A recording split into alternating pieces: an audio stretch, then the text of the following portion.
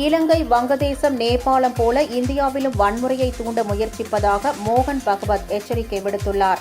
மகாராஷ்டிரா மாநிலம் நாக்பூரில் நடைபெற்ற RSS விழாவில் பேசிய அவ்வமைப்பின் தலைவர் மோகன் பகவத், அண்டை நாடுகளில் அசாதாரணமான சூழல் நிலவுவது நல்லதல்ல.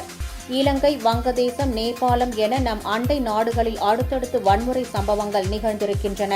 இவை அனைத்தும் மக்களின் ஆவேசத்தால் நடந்தவை என்றும், இந்தியாவிலும் அப்படி ஒரு அசம்பாவிதத்தை நிகழ்த்த சில சக்திகள் முயன்று வருவதாக கூறினார். வன்முறை எழுச்சிகளால் மாற்றம் ஏற்படாது என்றும், அப்படி மாற்றம் ஏற்பட்டால் அது அராஜகத்தின் இலக்கணமாகிவிடும் என டாக்டர் அம்பேத்கர் தெரிவித்திருப்பதாக கூறினார். குறிப்பாக நேபாளத்தில் அரசியல் ஸ்திரமற்ற நிலை நீட்டிப்பது உள்நாட்டு பாதுகாப்பை கடந்து இந்தியாவிற்கு கவலையை ஏற்படுத்தியிருப்பதாக தெரிவித்தார்.